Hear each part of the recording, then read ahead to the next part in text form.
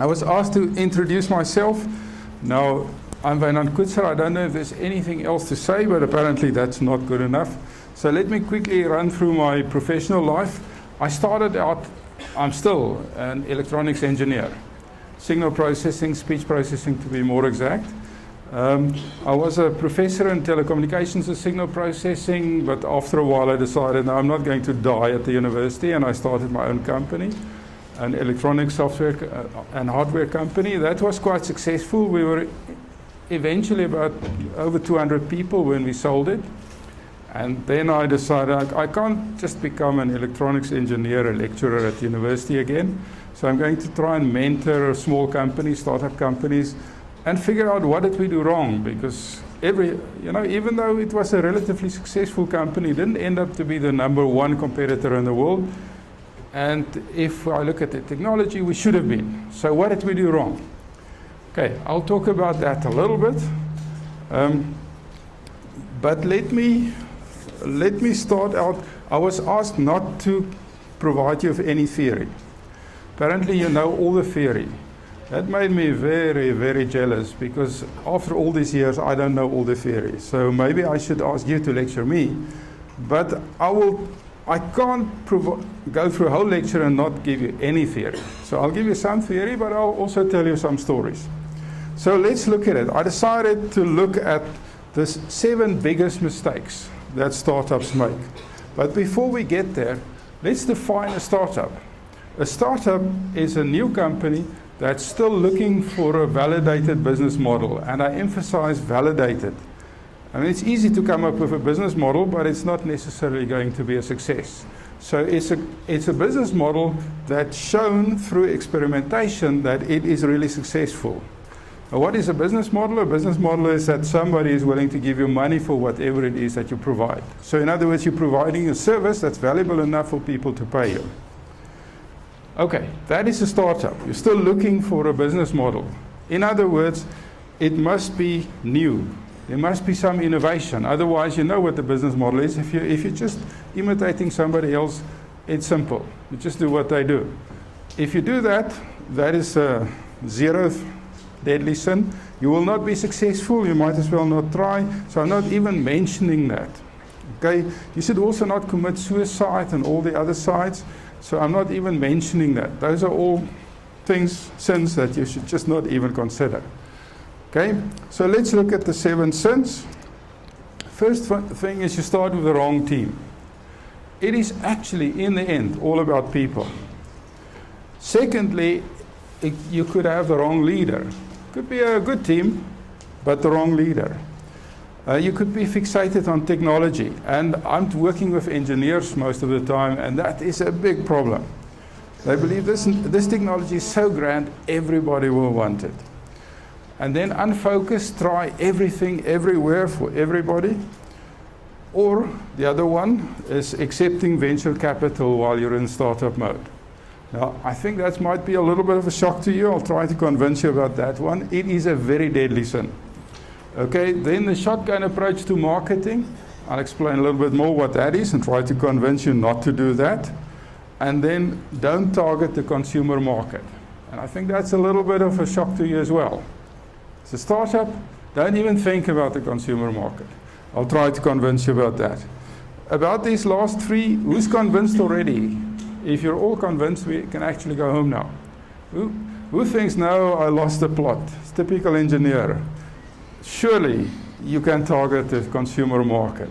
Surely you must accept venture capital. Who feels like that?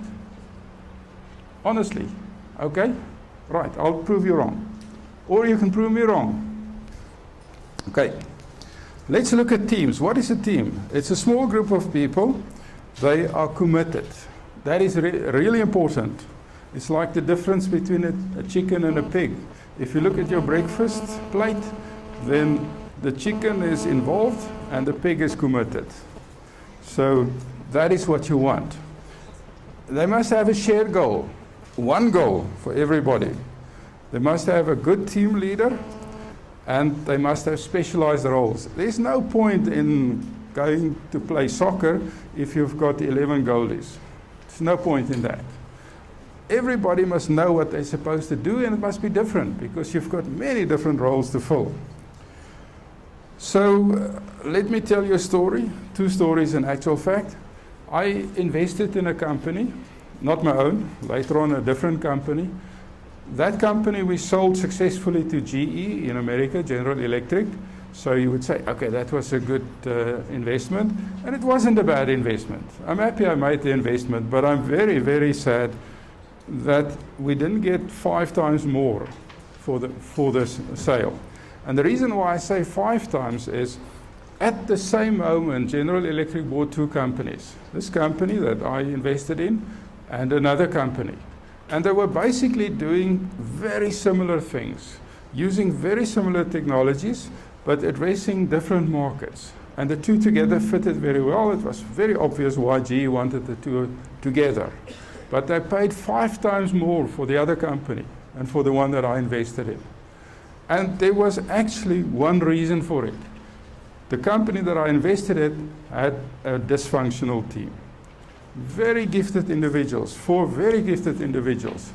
But it was like trying to herd 4 cats. They were never trying to pull in the same direction, not even once. And in the process, they managed to destroy 80% of the potential value of the investment. Another example, from time to time, actually far too often, I have these sessions with startup companies. And I always start with, what's your vision? And the CEO of the company immediately said, we don't do that. We're not going to talk about that today. I thought, geez, the vision is the thing that you should talk about every day. So what's wrong? And I started pushing, and very soon the CEO was so angry with me that she didn't want to speak to me. And then it came out that their vision was actually to cheat, she and another team member, their vision was actually to cheat the other people out of their shares.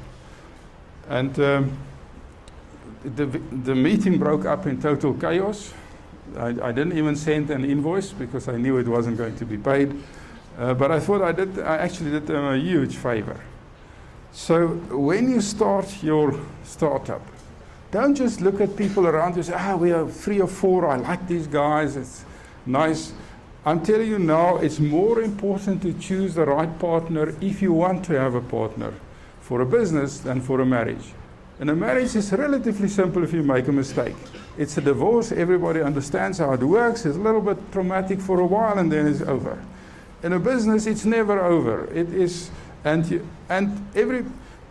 most people have got many marriages in them. If the first one doesn't work, you try the next one, you try the next one, look at the people around you. But most people have one business inside them.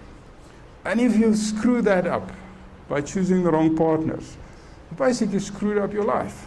So be very, very careful with a team and figure out what the team should do, why everybody is on that team. Remember, there's the core founders and there's the employees. Employees can be replaced. It's traumatic. Sometimes it costs you a lot, but it can be replaced. But founders are a different story, so be very, very careful. If you look at the next thing is the team leader. So what should the team leader do? First of all, create and maintain the vision, the dream. What is it that we're trying to do? And remember, in the beginning, you run that startup with nothing. You run it on fumes. You don't have any petrol. So the vision is the only thing that you promise them heaven. And you must convince them that heaven will be worthwhile. It won't be actually hell when you get there. Then you must arbitrate conflict. That's a place where the buck stops. You must provide direction. What do we do today? What is the best road to get to our vision? And your team members, when they get hungry, when they get tired, when they lose hope and faith, you must nurture and support them. And what's more, whatever the team members don't do, you must do. So the job of the team leader or the CEO is the rest, everything that's not done. So if we look at this person, it's a people's person, it's a generalist, it's somebody who understands the big picture, it's somebody who can inspire and lead. It's not the guy who was there first. I was at the team session once, and they asked the CEO, why are you the CEO? And he said, Ek was eerste hier. And I must tell you, he meant it as a joke, but he knew it was the truth. Because he had no qualities for a CEO. And he was also, as soon as the company got in, a significant investor, he was fired. Didn't save the company, did too much damage already, but still, it is very important to remember that the team leader or CEO is somebody who's a very special kind of person.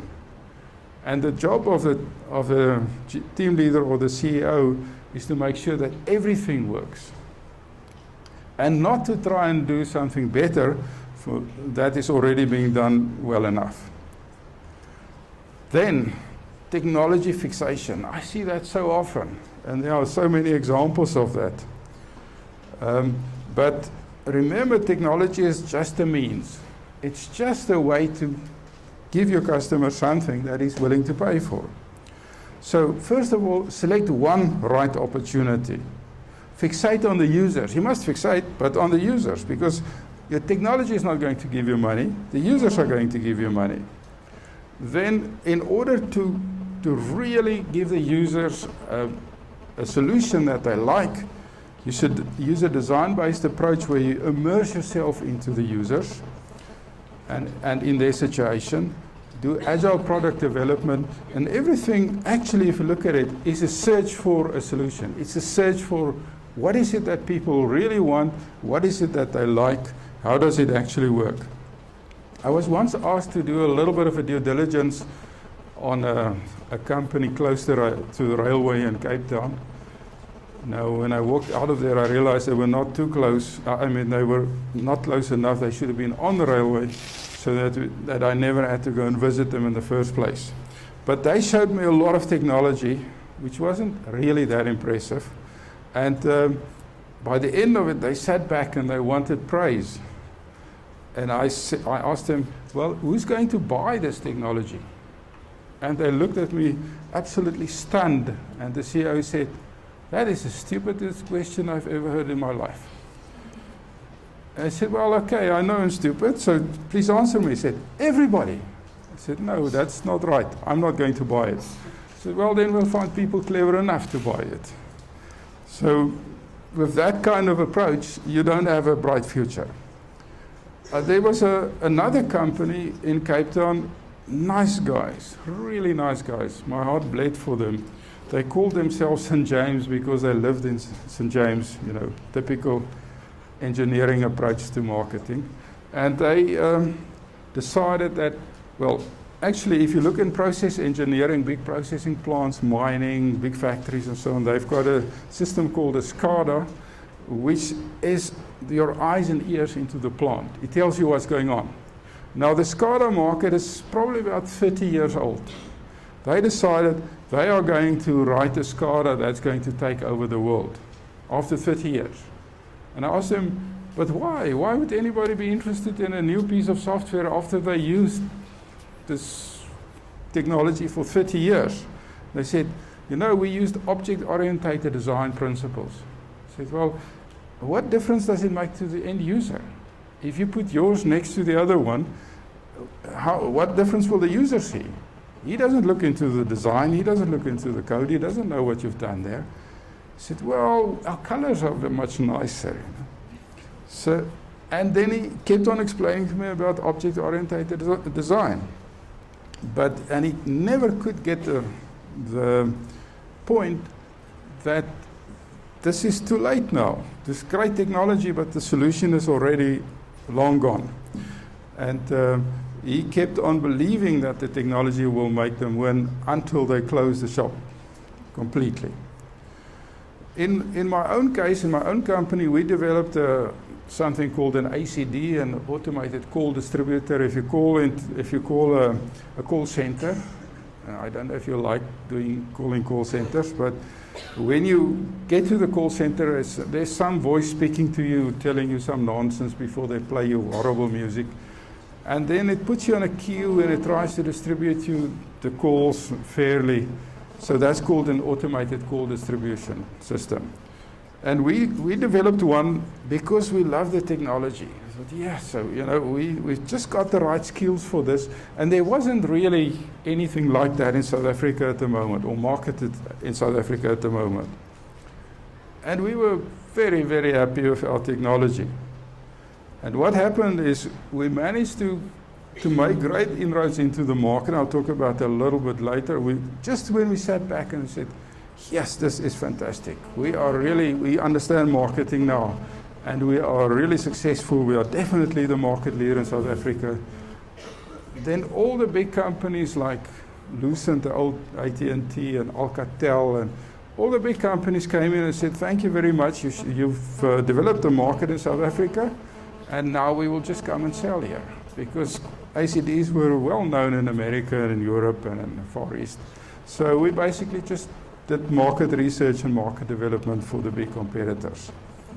So we thought we knew something about selling, but we didn't understand that we are actually connected into a global world, and that what happens in one part of the world directly influences another part. Then, I think maybe one last example, Steve Jobs and Apple. If you think about it, Steve Jobs was vehemently against market research. He said he will never do that, he will not waste his time, he's not interested in what people think. And yet, Apple was very successful. But if you think about it, Steve Jobs used himself. He said, I'm the user, I make it so that I like it. And I believe there are millions and millions of people who will like it too, if I like it. And he was right. So even though Apple was often considered to be a technology-driven company, it was not. It was a user-driven company. It was just one specific user, and he represented millions and millions of users. Okay, let me talk about the other one, focus. The problem with startups is inevitably you're not going to sell a lot. And then instead of carrying on with finding out what the problem is and fixing it, you try something else, try something else, try something else, until there's nothing left. So focus, it goes through the well-known stuff that I'm not going to talk to you about. You do your market segmentation, you do your portfolio analysis, and you choose one opportunity, one and only one. There's this joke about Van der Merwe who got 2 wishes from a fairy, and for the first wish he said, well, I want a bottle of brandy that never empties, that stays full all the time. And he got the bottle and he tried it, and it's still full. And he tried it again, and he tried it again, and it remained full.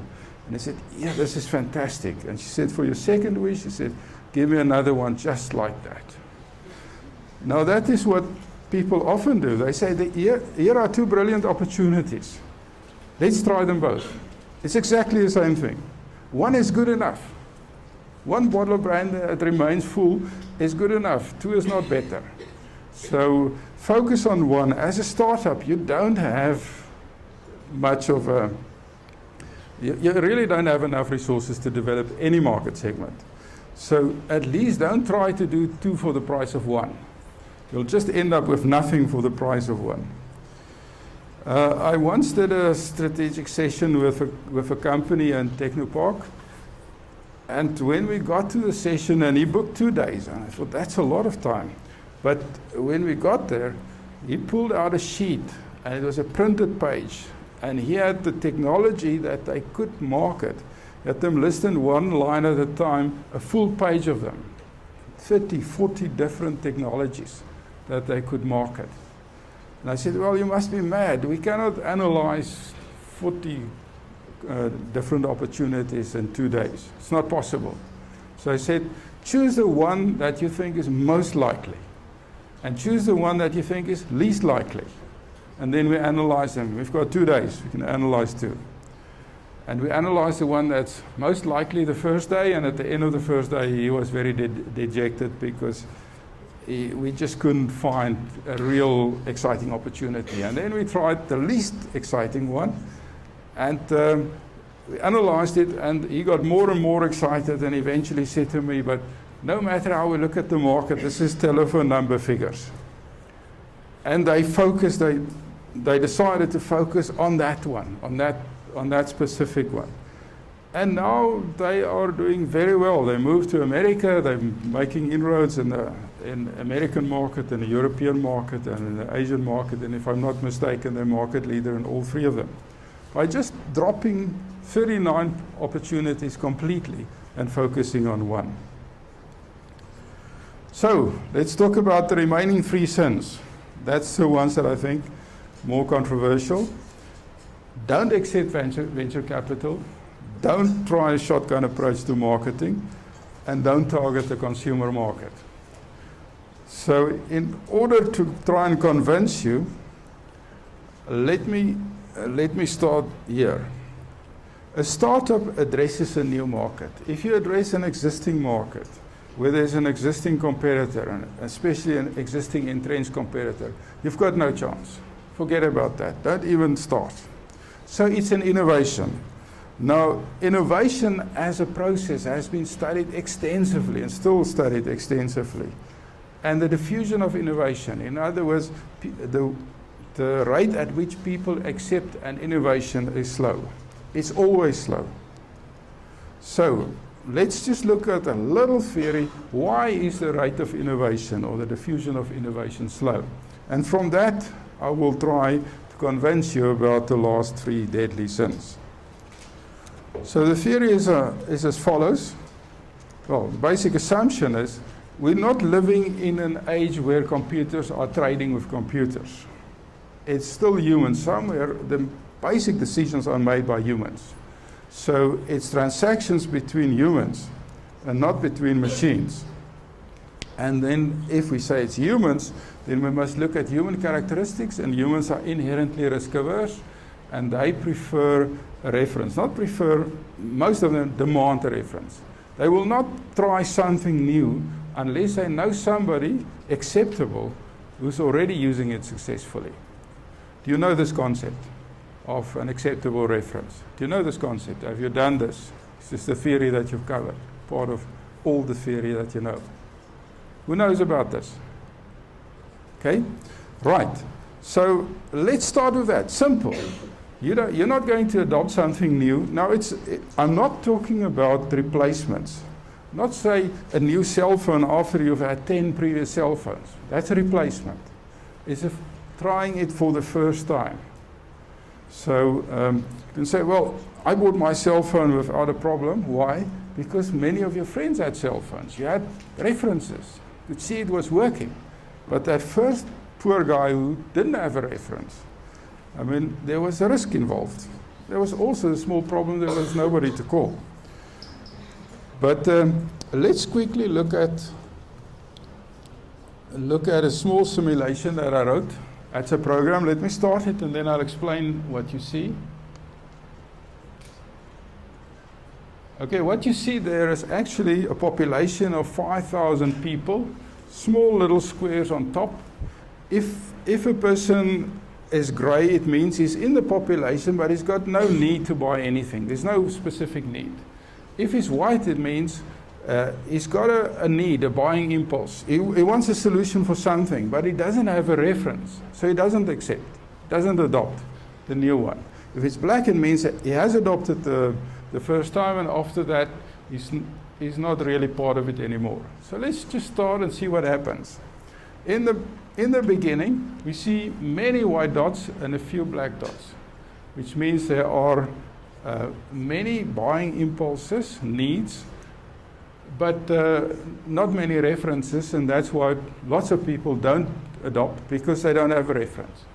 Okay, if we look at the bottom, we see something like this, and that is the number of people who adopted this innovation in a specific period.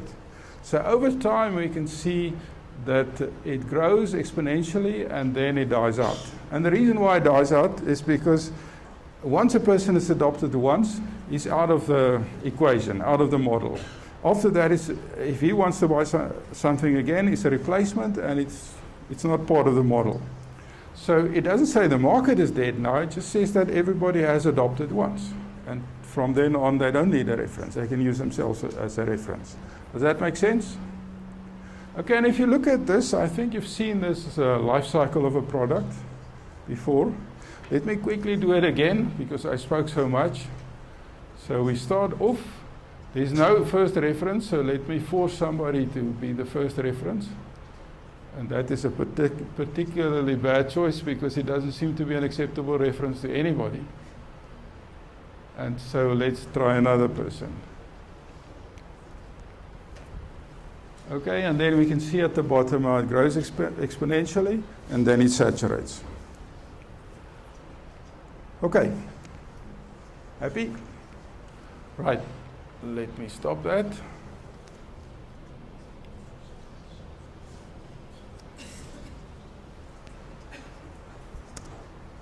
Okay, so there's the well-known adoption life cycle, and if you count the total number of people who has adopted, then we see this curve, which is also known as the S curve, and in innovation studies, that is a very important curve.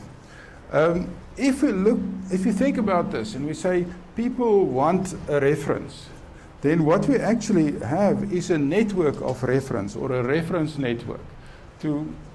Let's say all these round dots are people, and this specific person has adopted, and the arrows indicate that this person will accept that one as a reference, but this one will not accept that one as a reference. And so you can draw these arrows between all the people in the population, and that gives you the reference network. Okay, does that make sense to you? Understand it? So that's a reference network. So the question is, I think the first question is, how real is a network effect, this referencing effect? Well, I'm not going to talk about all of them. I'm just going to quickly go through them. Sorry, a little bit too quickly. That's just a couple of examples. It's a well-known study field, diffusion of innovation. There's a book written by Everett Rogers, who's a guru in the field. And I think one can hardly argue. If you read the book, you won't argue with it anymore. These are just a few examples of studies being done. But to us, the big question is, what does such a reference network look like? And it is something that bothered me for a while. And in actual fact, in that simulation that I showed you, I assumed it's random. So there's just some people are just randomly connected to each other. But the question is that true? And we must remember a reference network is a network between people. And it's a social network. And social networks have been studied, and again, I'm not going to go into detail, but there's a lot of studies done on social networks. And what they actually find is that, first of all, networks grow over time. It's not that a million people decide from 12 o'clock tonight we're going to have a social network. It starts with a few people, and then other people join in. And you can only use people already in the network to grow links to. So obviously older networks are going to tend to have more links. But let me show you in my simulation how that works. So what I have there is I grow the network over time, and then randomly you make links to people that are already in the network. You can't make links to people that are not in the network yet. And if we look at that, we see that the older nodes have lots more links to them, just because they were there longer. And if you draw a histogram, then you see it's roughly a straight line, and it's called the power law, and that leads to a scale-free reference network. Okay. Right now, I'm not going to explain why scale-free, because I just don't have time. You want to hear stories and not theory. So a scale-free reference network looks something like this. This is a small network, but can you see lots of arrows to the older nodes and basically no arrows to the newer nodes? So the big question is, we implied, I assumed it's a random reference network. What happens if we say no, it's actually a scale-free network, this network that I've shown you now? How does it change our simulation? Okay, that is not so difficult to test, because I I wrote it into the simulation. Now I'm going to do exactly the same that I've done before. And let's just look at what happens now. So all I've done is I've changed the reference network from a random reference network to a scale-free network. In other words, to a social network that looks like a typical social network. And what happens at the bottom here? Well, nothing. Every now and then there is some kind of life. So every blip here is a new adoption, and everybody drinks champagne and says, now we're going to get rich, and then nothing happens. Okay, let me stop it, start again. Just show you that it's not a fluke. It always happens like that. Okay, this was, again, not a very good choice, so let's just choose somebody else. But there we said, it's really not brilliant. So the fact that we changed networks, the fact that we said this is how people actually behave, means that we don't manage to get people to adopt it. But let me just do something. Let me try and convince somebody there to do it. Now, what I didn't tell you was this reference network, the oldest node is right in the middle. So I clicked on one at the edge, and then I clicked on one in the middle. And the moment that I clicked on one in the middle, then I see it's basically an acceptable reference for most people. So the moment that happens, it just, everybody accepts. Not everybody, but most people. Let me do it again. Okay, so when I'm there, nothing happens. Let me try even there. You know, when I'm on the edges, people are just very bad references. But when I go in the middle at one of the older nodes, then immediately it starts up. Immediately. So, what does this mean for us in practice? This is a nice simulation, but it's a simulation. What does it mean in practice? Okay, in practice it means that there's a gap. Until we get that central node, it's called a hub or a kingpin. Until we get a hub to adopt our product, there's just no action. There's very little sales, very little adoption. Nothing happens. So there's a chasm. It's called a gap or a chasm. There's a chasm before adoption really takes off exponentially. This is very bad news for a startup. It says you are going to wait for a long time until you get to that hub or that reference one, that main reference. So the question that we ask ourselves is, how long is that chasm? And how much money are we going to need to invest in our company in order to survive the chasm? And the answer is nobody knows. You cannot use statistics to work out when will one single person do something. So nobody knows that. So the conclusion that you draw from this, you don't know when that deadline is going to be. You cannot accept money from people who's got a deadline. If you're in a venture capital fund, the fund has got an exit. It's got a certain lifetime, it must exit. And if you take too long and the fund must exit, then they've wasted money on you. So it's incompatible. A startup waiting for getting to a hub someday is totally incompatible with a venture capital funder. So let me tell you two stories. The one is both stories are basically the same, but it's two companies. Brilliant technologies, Stellenbosch Technologies, brilliant technology. They were, the one company found a new way to make edge connectors for furniture. Simple little plastic things, but it was really a brilliant invention. And they got funding, and they started the company, and they just couldn't get the first adoptions. They get a few adoptions here and there, but they couldn't find that hub adopter. And then the money ran out. And they said to the funder, well, please give us some more money. And the funder said, no, sorry. You gave us some projections. None of those projections ever materialized. There was not even a whiff of that. Forget it. You're a liar and a cheat and a whatever. So we will never give you money again. And then he said, okay, but the company is basically bankrupt now. Can I take it over and I'll even sign some loans over to you and then I'll try it? And they said no. And they basically closed the company. And the other one was also a Stellenbosch company from the university, design software for superconducting electronics. Brilliant. There was a real need for this. But exactly the same story. They ran out of money and the investor said, no, we're not going to close it down. And they said, well, can we take over the company and try to make something out of it? And the investor said, no, I'll go overseas. I'll try to sell what we have.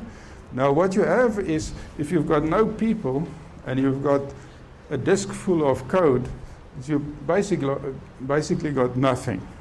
Because computer programs by themselves on a computer disk is worth absolutely nothing. What is important is what's in people's heads. By the time that you let the people go, there's no value left. And they destroyed the companies. Both companies are gone now. Gone, forever. Brilliant companies, could have put South Africa on the map.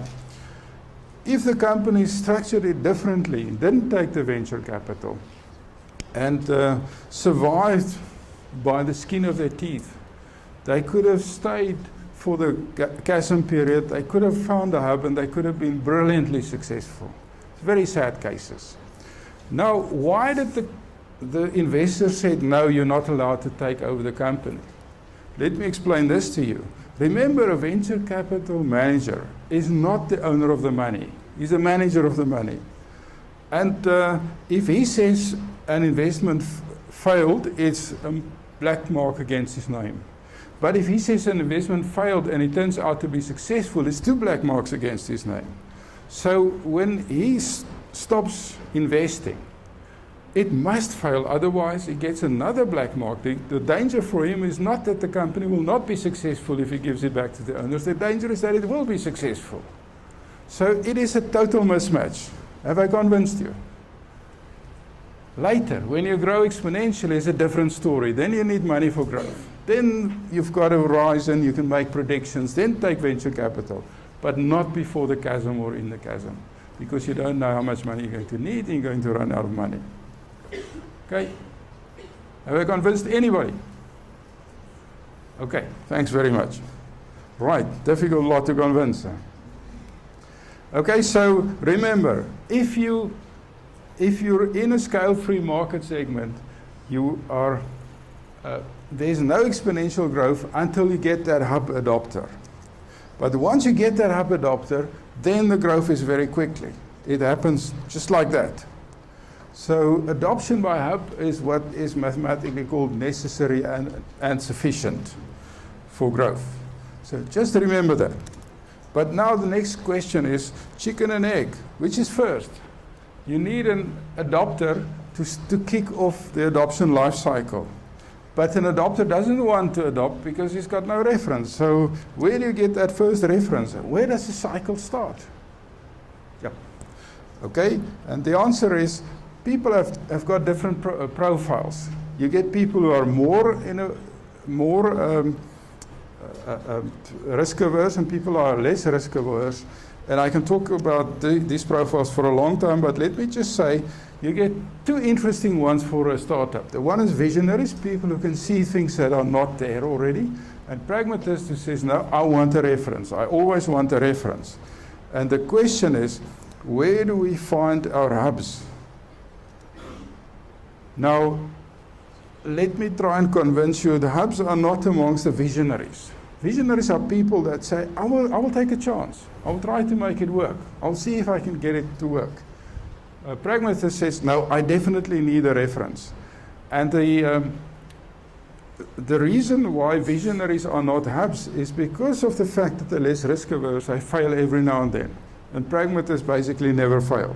So your hubs are invariably amongst the pragmatists. In other words, to convince a hub, you need to have a reference. You can't convince a hub as a first step. So how do you convince a hub? You must find a visionary, because those are the only people that you can convince to buy something without a reference. So how do you start your company? How do you start the marketing cycle? You convince a visionary. First of all, you figure out who are the hubs. Then you figure out who are acceptable references to them who are visionaries. And then you target only those visionaries. Only those. Nobody else. Because that's the only way to get this life cycle to start. Which means you focus absolutely very, very precisely on a very few people. So you target your hubs via your visionaries, you focus on them, and you don't use a shotgun, you don't start to advertise. All you do with advertisement is to create buying impulses. Now, that's great if you can create buying impulses, but if there are no acceptable references, then you're wasting your money and your time. So you use a scalpel. You actually decide who's going to be my first reference, who's going to be my second reference, and then you sit back and you enjoy the fruits of your labor. Okay, I've got a nice story to tell, but our time is running a little bit short. Now, the next question is, are all reference networks scale-free? And again, I can't go into the details, but only the oldest nodes, only if the oldest nodes remain in the network. If the oldest nodes move out of the network, then it changes the dynamics of the networks completely. And for consumer networks, the oldest nodes move out of the network. This invariably, consumer networks are layered into ages, and people age, and they disappear completely. So a consumer network is not a scale-free network. It is more like what they call a small world network, and again, I don't have time to explain what a small world network is, but in short, it's where there's these neighborhoods that people influence each other, and there's random links between these neighborhoods. Okay, so the big question is, how does that change our adoption life cycle? So you'll excuse me if I just run it again. Now what happens is you influence people in your neighborhood, and then randomly somebody is a reference to somebody in another neighborhood, and that neighborhood starts. So here it takes a while, and there you can see some other neighborhood start. Okay, so that is the basic mechanism. But if we look at the bottom here, we can see, well, it's very slow, very, very slow. I promise you, it is an exponential growth. Let me just start again. It is just very slow. I'm going to speed the whole thing up for 5 times, just to give you a better idea. You'll see it becomes a little bit more frenetic. Remember, it's now 5 times faster than the previous simulations. And now if we look at it, we can see, well, there is actually exponential growth. It's just 5 times slower. Okay, but let me just start again and just take it back to the original speed. But we can do something in this case. Previously, we just had to convince one hub. Here, we can convince a lot of different neighborhoods. The more neighborhoods we can convince, the faster the growth will be. So the more marketing we can afford, the more promotion we do, the more strange things we do, we will make this one go faster. So if you've got a lot of resources, if you're a big company, do that by all means. Consumer network is by far the most profitable, it's biggest, and if you've got the money to stimulate it quickly, then it's the best network to go to. But a startup doesn't have that luxury. And that's why I say, don't target a consumer network if you're a startup. So it's frighteningly slow. People say, well, no, the change of pace is different. It's very different now than it was. People are used to innovations, they're used to change, everything is different. I don't believe that. Carl Benz had his first horseless carriage in 1895. And the motor car took off when Henry Ford had his production line, which was in 1905, 20 years later. Now everybody said, no, nowadays, definitely not 20 years. Well, look at mobile phones. The first car phones were coming out in 1975, and I would say mobile phones really took off in about 1995, not faster. If you look at the internet is from the early 80s. It started to become popular in the late 90s. I don't think it's faster. I just think there are more things. And I think people convince real innovations with just incremental improvements. If we look at WhatsApp was now sold for $19 billion. They targeted a consumer market. They needed $60 million of investment.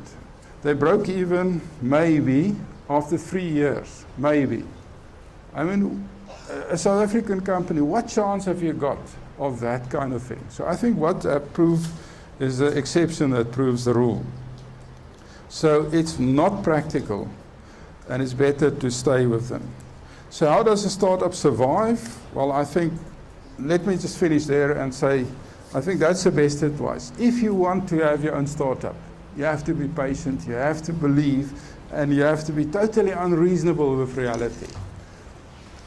So I hope I've convinced you of something.